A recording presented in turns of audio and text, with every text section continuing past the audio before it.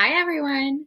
In the words of Jonathan Van Ness, can you believe that the first ever STF Week of Action is almost over? I definitely cannot. And if you haven't seen me yet, my name is Henna Parikh, and I'm the Development and Communications Manager, which she's the first. And I'm also your point in contact for the STF campus community. And I have been so inspired by this week. Throughout the week, I've spent so many hours with your action group leaders, hearing about the actions that you've taken and the issues that have meant the most to you.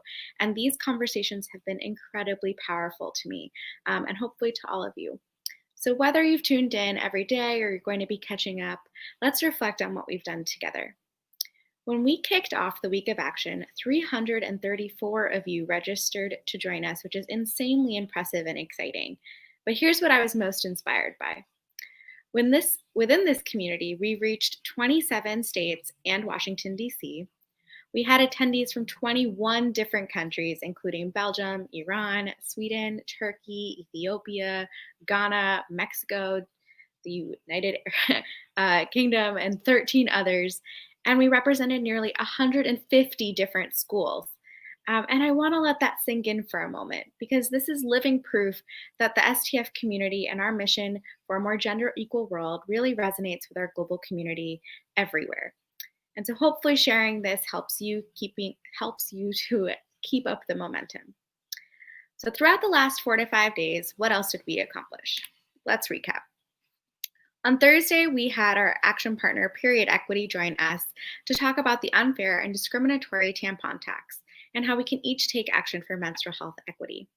We learned that we have the very real chance to repeal this tax in 3 different US states. And when you all started making those phone calls, we even jammed up the phone lines. That's pretty incredible. Period Equity founder Laura also reminded us that now that we've made those calls and written those emails, we should keep an eye on the news because that personal outreach really matters and may just be the final reminder they need to make that change. So stay on the lookout. And here are a couple of experiences and actions taken since that day. Many of you shared sentiments like, I finally talked to my brother or father or my family members about menstrual health equity, and now I'm going to continue this with the men in my life. Another one of you said, even though I was intimidated by the idea of making phone calls at first, I felt empowered afterwards because this is what elected officials are here for, and now I have some experience contacting them. I was also really proud to take a concrete action to address an issue I care so deeply about. And that's exactly right. Now that we've spoken up once, hopefully we can all remember how powerful our voices are as we continue to advocate and fight for girls' needs. On Friday, Miriam and Naval Rehman of The World with M&R joined us as 2 twin activists who've been fighting for gender equality and climate justice.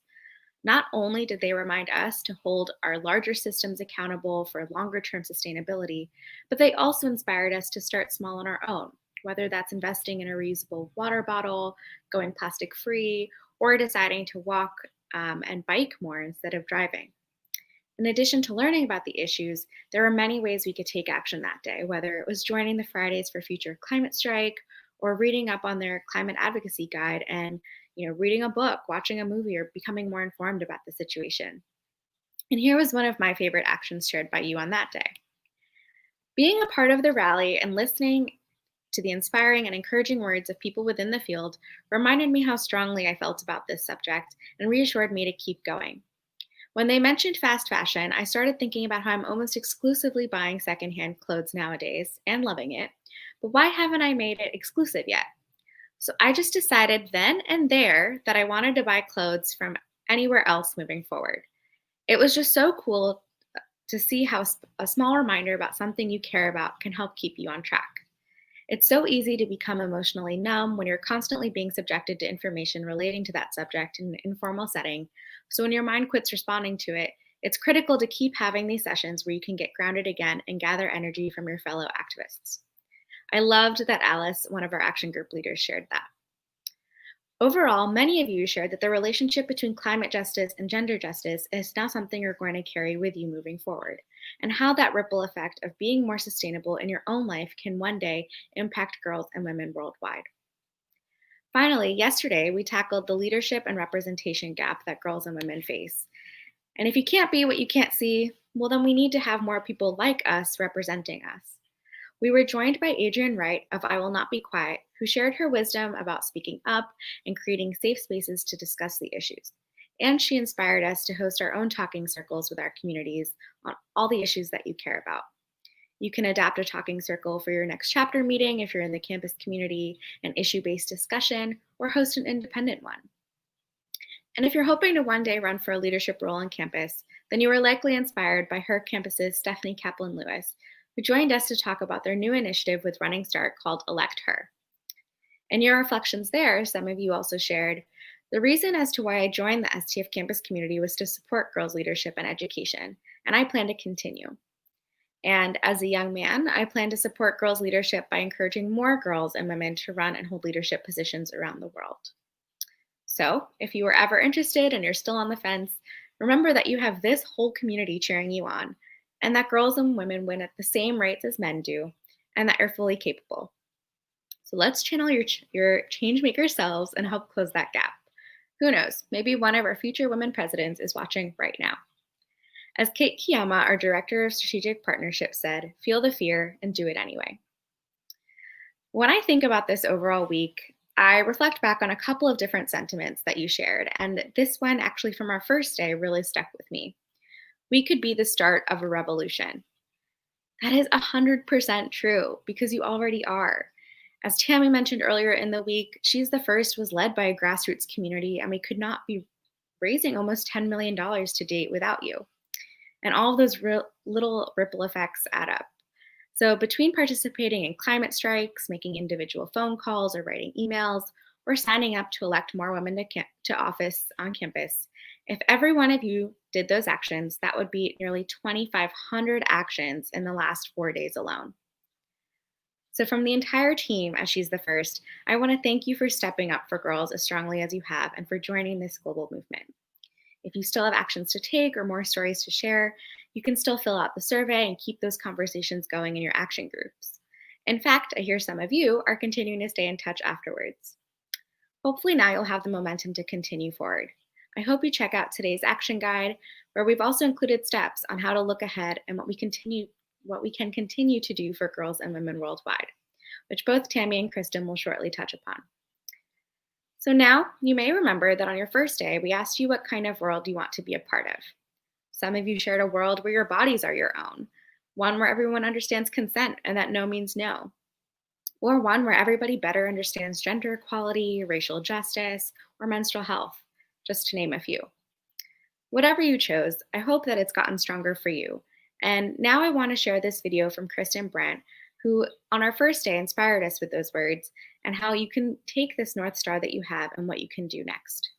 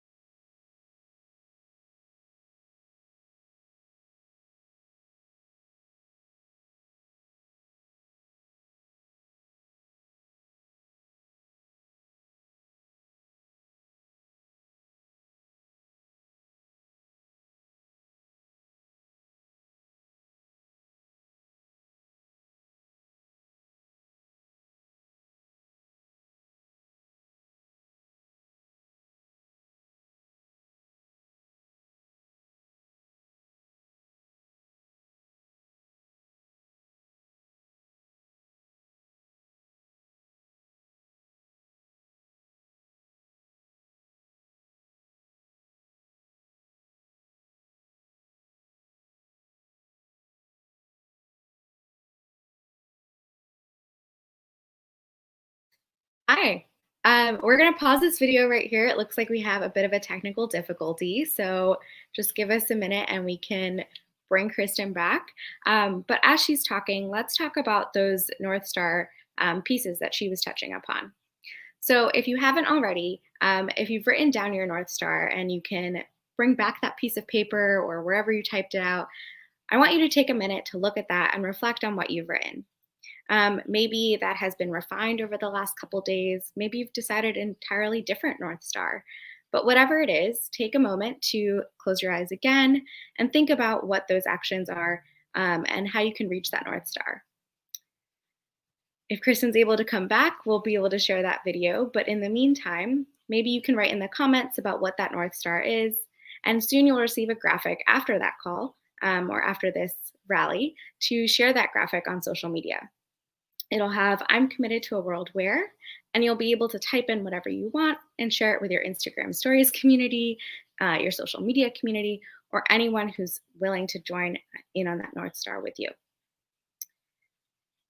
One of the things that is really important in my own North Star is envisioning that world where my body is my own. And so maybe one of those things that I'm going to be taking action on is making sure I speak up to my representatives. So as you decide what that is, we're going to try to make this video go one more time, and hopefully you'll be able to hear her. Take it away, Kristen.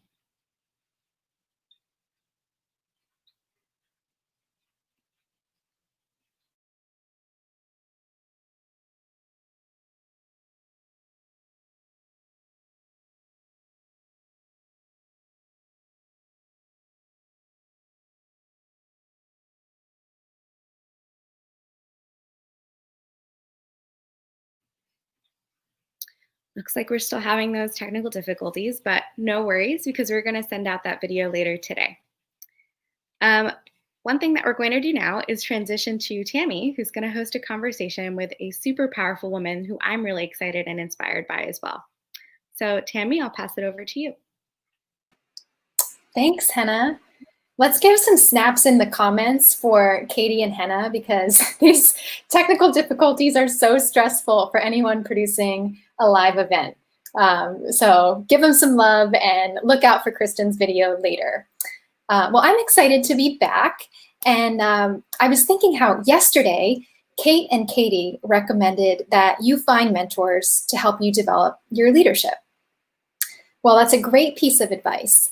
And I can say, as someone who has been in the mentor seat, that it's equally fulfilling for me. And I have learned so much from my own mentees.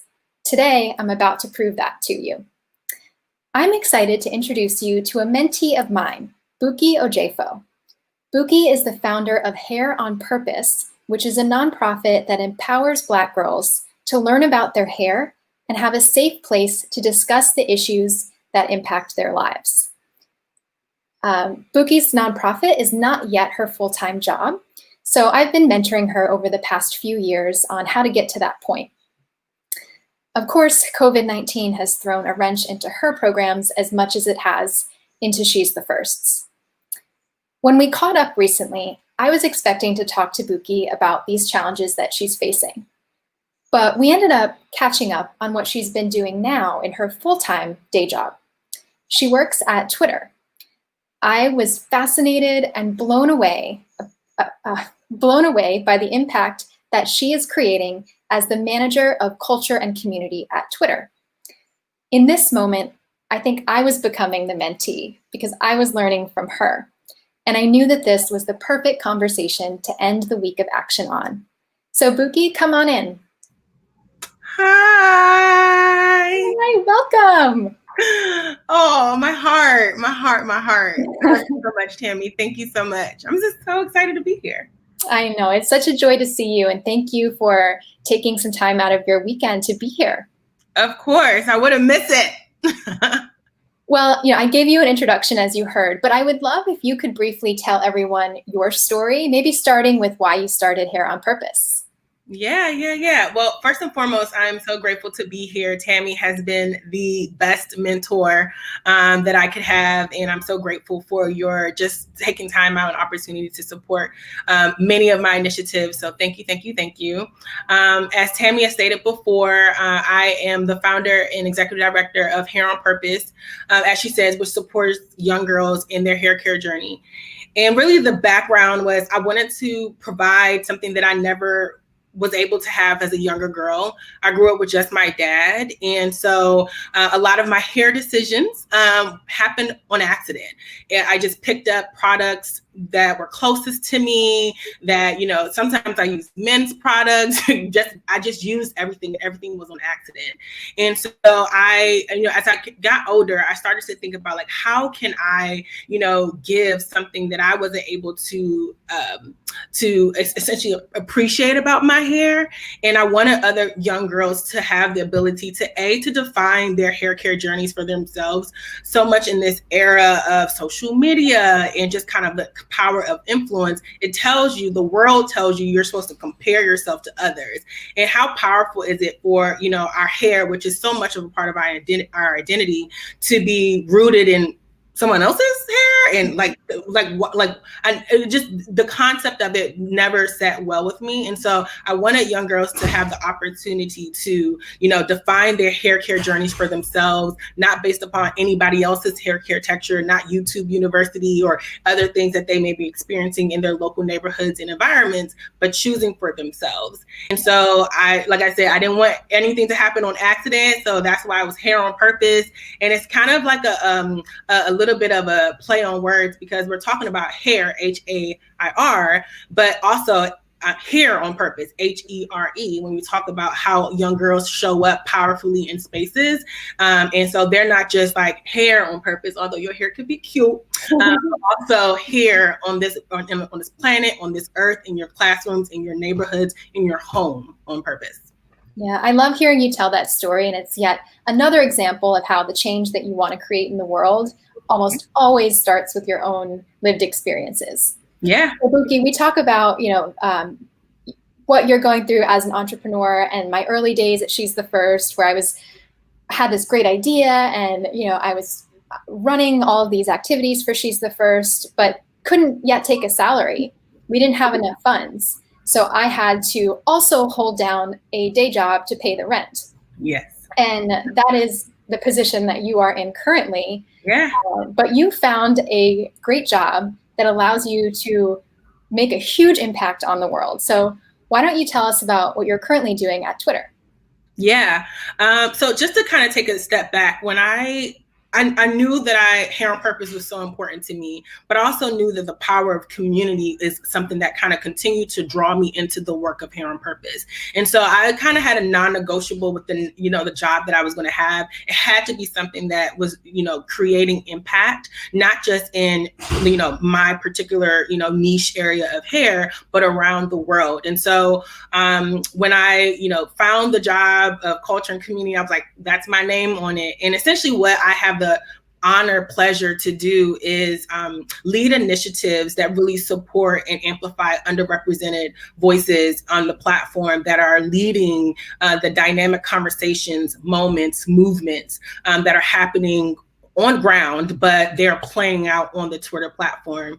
And so all the hashtags that you're following, Black Lives Matter, you know, Black Trans Lives Matter, there's so many hashtags that are just like continuing to grow. And so where I get the kind of like the opportunity to have an impact is how does Twitter show up and provide resources through the platform to help them continue to mobilize and galvanize their communities in order to impact change, whether locally, globally, or, you know, throughout the world. So I'm so honored. Like, so we're like their internal activists, advocates, journalists, entertainers. We're like their internal kind of connect and resource and access to figuring out what ways to be more effective and more impactful for their own individual work. That's no easy job, Buki. No, and I know that there are going to be a lot of students listening who really dream of having a career where they can be the internal activists within big companies and huge platforms. So I encourage those listeners to use the comments, because we are going to have time for Q&A with Buki later. So please ask away. But Buki, I wanted to ask you, currently, what are you learning from the activists that you are seeing kind of rise up on the Twitter platform, and what inspires you about them? What am I learning? They're resilient. Well, first and foremost, I would take a step back and say that I'm inspired by their fight and inspired by their willingness to keep going. This work any work that you're really passionate about, but not just passion, because this is more than just like, oh, I'm passionate about, changing lives. Like, these are saving lives, right? And so there's almost this way of like, they have to do this work, but they understand that they get to do this work. And it's an honor to be able to stand on the front lines and speak up. And I don't call them the voice of the voiceless, but the voice of those who choose not to use their voice in that way. They speak up for them. And that is a heavy, load to burden yourself with and put on your shoulders. And so I'm constantly inspired by their resiliency, their ability to keep showing up. Here on Wednesday, we received I wouldn't even call it justice, but we received a notification of, a local area thing that was happening in Louisville, Kentucky. And, as someone who, is a Black woman, I was so upset, frustrated, sad. Like, I'm just kind of like, I get the ability to kind of like, okay, I got to get off social. Even working at a social media company, I was like, I can't be on social right now. And seeing how many of the advocates and activists, continue to show up even late at night, even when, past curfew, they were like, no, our voices will not be silenced. We will continue to fight and we'll continue to say her name, not because at this point, Breonna Taylor didn't get justice, but this is preventing another murder and tragedy that to happen in the future. So we're fighting for that. And so I'm just constantly inspired by that and just so grateful that I get to witness it alongside everyone else that is seeing it on the platform. Yeah. Yeah. And social media tools, they give activists the ability to mobilize these protests like instantly and to raise awareness. And there are so many positive outcomes of using social media to drive social change. Yeah. But there's also this dark side because you are exposed to the counter views of the people, our own president and the way he's abused Twitter. It can make you absolutely sick by just spending, I was on Twitter last night for probably 10 minutes and all the tweets about Judge Barrett just like gave me nightmares. So, and I think this parallels to whatever kind of change that you want to make in the world. You've got to figure out how to use these tools and be in those spaces just enough so that you can push out awareness and drive the change. But then you also have to figure out how to set the boundaries so that you don't end up just, burning out, getting so upset that you can't move forward. So what kind of boundaries, you must have a whole next level that you have to figure this out as an employee of Twitter, but just for any of us as users of social media, what would be your advice on how to strike that balance?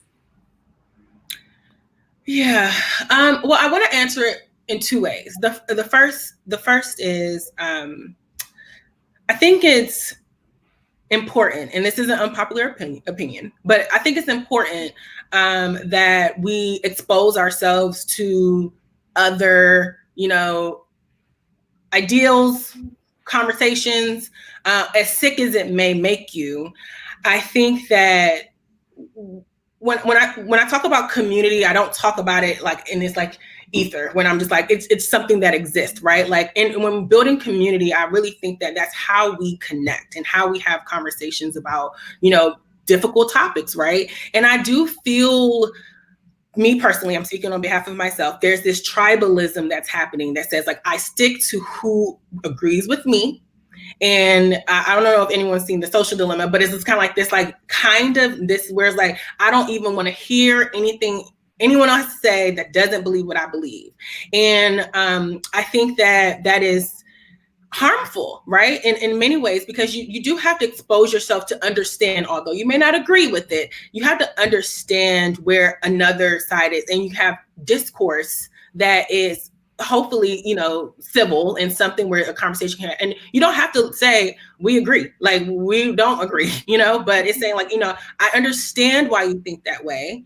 and we're going to agree to disagree. But I think that if we continue to just kind of allow this kind of like wedge to continue to separate us from people who don't believe what we believe, I think that is a harmful way for us to exist. And I also don't think that, I also think that it's important for us to engage in outside of like public conversations, like with our families, with our loved ones, where it's like, we don't agree with everything, but we have to engage in the conversation. And just in saying like, oh, we're just not gonna talk about it is not, in my opinion, the right way to kind of continue. The other thing on the other side is like, how do I just kind of put barriers and just create opportunities for me? Hobbies, making sure that I continue to, this exists, but I also can't live in it all the time, right? And I think that it's stressful, it's frustrating, and can be very sad all the time, where, it's such an arduous task. Like, it's so many things. Like, once you solve one thing, another thing's on the way.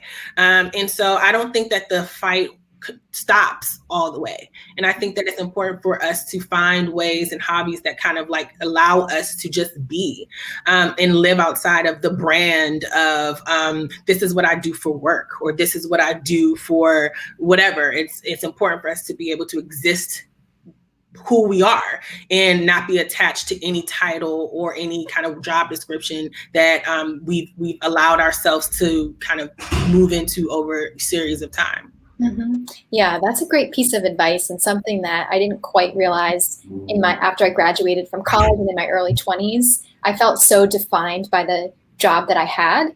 And at the time, I was actually a social media editor at 17 Magazine. I was their first social media editor, and I was responsible for the 17 Twitter account, because back then there wasn't Instagram or TikTok, and that's really where teenagers were spending a lot of time. Yep. I don't believe that is still the case, but I would love for our Gen Z students in the comments to school me a little bit about how you're using Twitter currently. Maybe it's just, as Buki said, popping in and letting yourself get angry by the opposition, so you've got that fire in you to keep fighting. But I've learned since, that I went to She's the First full-time 3 years later, and I've come to define myself more as a champion for girls' rights. And no matter what job title I have, CEO of She's the First now, something else later, that is who I am in pursuit of this North Star. And it's a lifelong journey. Powerful. And for that reason, like, we do need to be mindful about how we sustain our energies and efforts, and just keep focused on what that outcome is that we most want to see. Yeah.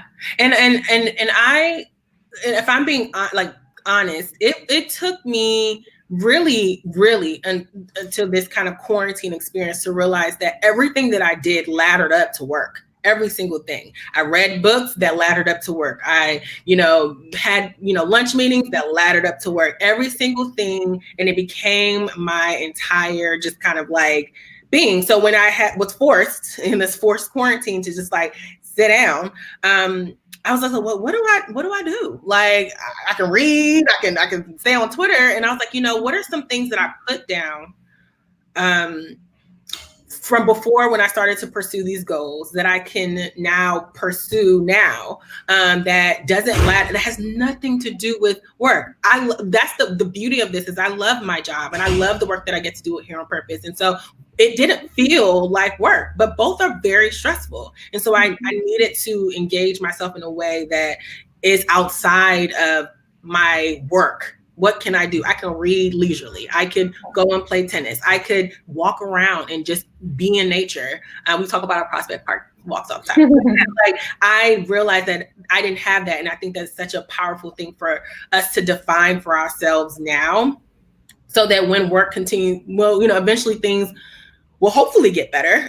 And, when things go back to the new normal, that we still set aside the time for us to just be and exist the way that we choose to, not, that ladder up to some goal that we have later. Right. Yeah. And we talked earlier about how, while you may have taken a step back from doing the programming for Hair on Purpose that you were doing last year, you are so focused now on just making sure that come November 4th, that the world is going to be able for Hair on Purpose to thrive into the future. So you're still serving that vision, which actually that question came in for you on what is your vision for Hair on Purpose. So maybe you'd like to elaborate on that, because I think there's a lot of interest in Hair on Purpose here in the crowd.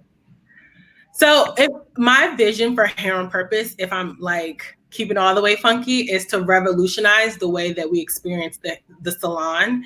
And I think that my big thing is empowerment. I can educate you and teach you all day, but if you walk out my classroom or you walk out of a workshop and you still don't know what to do, then I have not done what my life's mission is, which is to teach girls how to take care, maintain, and really use their hair as a way of self-expression. And so I really want to shift the way, like when you go to a salon now, go to a salon and someone does your hair, you can ask a few questions here and there, but really it's just you letting someone do your hair. And so for me, I want to switch that, where you're making an appointment to learn how to do a style, and this stylist supports you and like answers all your questions and has you do your own hair, and then you walk out. Now it may not be perfect the first time, but I think that just think about, let's just say you go to a salon and you spend $60. If you spend $60 over the course of a few months, you're spending a lot of money. But if you go to someone 3 times, $60 times 3 is $180. You spend $200 for a skill, a style that you'll learn and be able to do for the rest of your life. And I think that is what my heart is like. I want people to stop being so dependent upon others. Now we can do it for community, but like others in order to get it done. Some people are so beholden, even learning through quarantine, how much people depended on other people to do just their, the normal things. Like I had people asking me like, where do I go and buy shampoo? And I'm like, the beauty supply store. They were like, oh, can I just go to CVS? And I was like, yeah, there are options in CVS, but like they just didn't know because they were so used to going to other people. And so I think that salon, like I used to be a hairstylist. I do not want to, take money out of hairstylists' hands, but I think that there's a way to kind of, parallel the experience of education and empowerment with that. Yeah, I mean, sustainability is the real buzzword today. Sustaining your own energies for the fight, but also are the programs that you're working on going to be sustainable in the community? Another question that came through, Buki, is what is your, here's a different one. Sorry. We'll do this one. What struggles did you face when trying to bring your vision of Hair on Purpose to life? Did you have a support community? If you did, how did you find it? Ooh, good question. Okay, so what struggles? The first one that I think is the biggest is that I had a lot of self-doubt and I didn't think that people would care. And so I never fully, up until year 2 is when I fully was like, okay, let me do it. But there was a part of me that didn't think that people really cared. And so there was a lot of self-doubt. And so for me, the struggle was myself. I told myself no before other people told me no. And in hindsight, I'm grateful for that experience, but I wish that I would have allowed myself the ability to dream and to visualize what I wanted early on. The second thing is just kind of like financial resources initially, where I took 10% of anything that I got and like put into Hair on Purpose. And so by any means necessary, I had a laptop, I had a computer, and I had access to a projector. So like for the first 4 to 5 classes, no one got paper, no one got pens, they just got the presentation. And then then I found computer paper and pens, and that was like what they took notes on. And as we continue to grow and be able to have like more support, not just financially, and I want to stress that, is that people would send in-kind donations of like composition books, and people would send products to me. So there was like, not to like, promote their own individual brand, but like, for girls who have 3C hair, here's 30 products. Maybe you can talk about them and teach them how to read the back of a label to support them. And so that is something that I think overall what I did is I started to share. You cannot do anything alone. There's a quote that says, if you can do it by yourself, then your dream isn't big enough. And so initially I was able to do a little something by myself, but what I was able to open myself to when I just said like, hey, can I have a meeting with you? I don't want money. I just want to tell you about this vision. People would be like, okay, cool. Like, you know, I can't give you this, but let me introduce you to, I mean, even how I met Tammy was me like doing a signal cry to one of our dear friend Ethne and just saying like, hey, like this is something I really believe in, but I just don't know what the next steps are. And she was like, you know, I don't know, but I can connect you with someone who does. And that's how I got connected with Tammy. So please do not be afraid to ask for help, share your vision, post it, talk about it. And not in a boastful way on social, just kind of like, hey, this is what I'm doing. This is what I'm doing to support our community. And I'm telling you, like you'll plant a seed and then like a year later, someone's like, well, we have $20,000 for you. And I was like, okay, cool. Awesome. Buki, you have dropped so many gems in this conversation. For the students listening, where can they follow you? What are your handles on Instagram and Twitter? Okay, so we're going to start with Twitter. Twitter, it is my name, spelled how it's spelled on the screen here, BUKKYOJEIFO. And on IG, it's Books, at BUKKS, and at Hair on Purpose, HAIRONPURPOSE. Awesome. Well, thank you, Buki. You know that I will follow wherever you lead. Always here for you. And again, so appreciative that you've taken some time out of your Sunday. So now we're going to let you go and enjoy some sunshine and recharge for your busy week ahead. Thank you so much, Tammy. Bye, ladies. Thank you so much. Oh, that was so great. Well, we're going to keep on going because it's now my pleasure to introduce you to She's the First's newest ambassador. She is an insanely talented rhythmic gymnast who is a member of the U.S. national team and a student at Columbia University and a champion for girls' rights, just like all of you. Please welcome Nastasia Generalova. Yay! Thank you so much, Tammy. I'm so excited to be here. Thank you so much. Hi, everyone. My name is Nastasia Generalova. I'm a She's the First ambassador. And first and foremost, I wanted to say thank you so much for your hard work during our first ever week of action. This week might be over, but our hard work is not nearly done. Before I tell you what comes next, I want to share why girls' access to education is personal to me. So I grew up with my single mother from Moscow, Russia, and she immigrated here and she had me. She did not speak English very well and she sacrificed everything for me to have opportunities. But one thing my mom always told me was that knowledge is forever. I grew up being the only gymnast of color in my sport, rhythmic gymnastics, and I've been on the national team for the last 7 years. With hard work and lots of sleepless nights and incredible amount of studying, I have gotten to Columbia University and several other schools, so I'm extremely happy I've made it here. But I've also realized the importance of knowledge because knowledge is forever. You know, gymnastics might not be forever, other things might not last forever, but what's in your head is forever. I feel that you show here because you have a personal reason on why you fight for girls' education. Maybe you have a teacher who's changed your life. Maybe you're the first in your family to attend college like me. Maybe you know somebody who was born to a different life circumstance and they didn't have the same opportunities that you do and you want to pay it forward. Whatever your reason, hold on tight to it because now it's time to make a difference. Let a fire within you.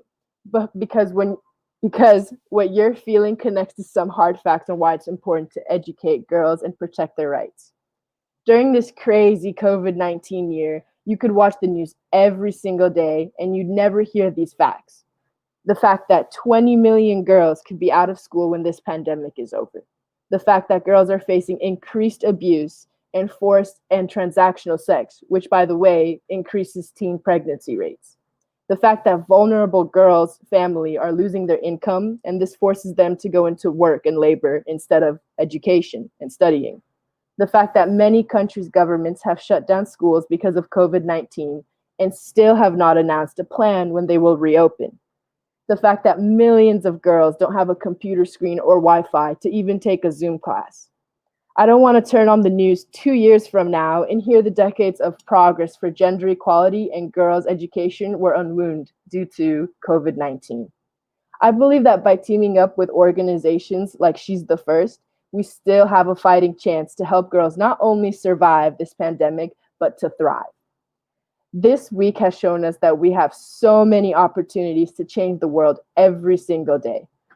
I'm going to be honest with you and tell you that it's easy to get overwhelmed when you're trying to change the world and finish that paper for class and keep your sanity in check and your mental health while you're at home and figure out what you're going to do for the rest of your life. It's a lot during this time. It's very difficult. The world is really hard right now. But this by supporting our new Girls Can't Wait campaign is going to be relatively easy. So don't give up. I'm going to be right here with you. It is time to join me in supporting the Girls Can't Wait campaign, kicking off right now on Indiegogo. Like I said, now more than ever, girls need our support. Girls need our attention, and girls need our investment.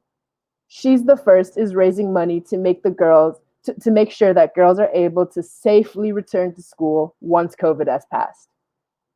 I'm asking you to help me share the campaign, and if you can, make a donation. As a thank you, my friends at She's the First and I have created some very, very cool perks for everyone who donates. So let's continue to take action now because girls cannot afford to wait.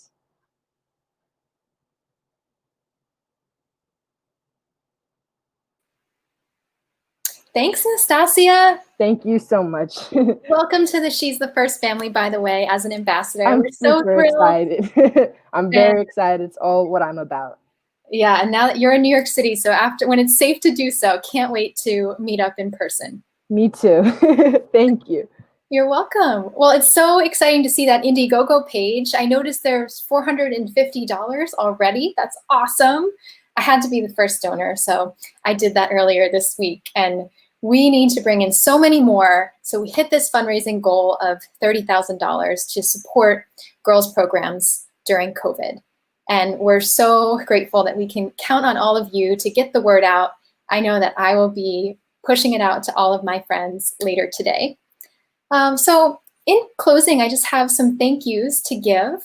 I want to thank Bobby Brown's Pretty Powerful Fund for their support of this week. It wouldn't have been possible without their funds. I want to thank my She's the First colleagues, Katie, Hannah, Alvi, Kate, and Kristen, especially Hannah and Katie. They have been in the WhatsApp groups with you all. I hear great things about it. It does indeed sound like you are staging a revolution, and I am here for it. The greatest thanks really goes to all of you for showing up, for giving your time and energy and attention to girls' rights when there is a lot going on in the world, but you recognize that this is foundational.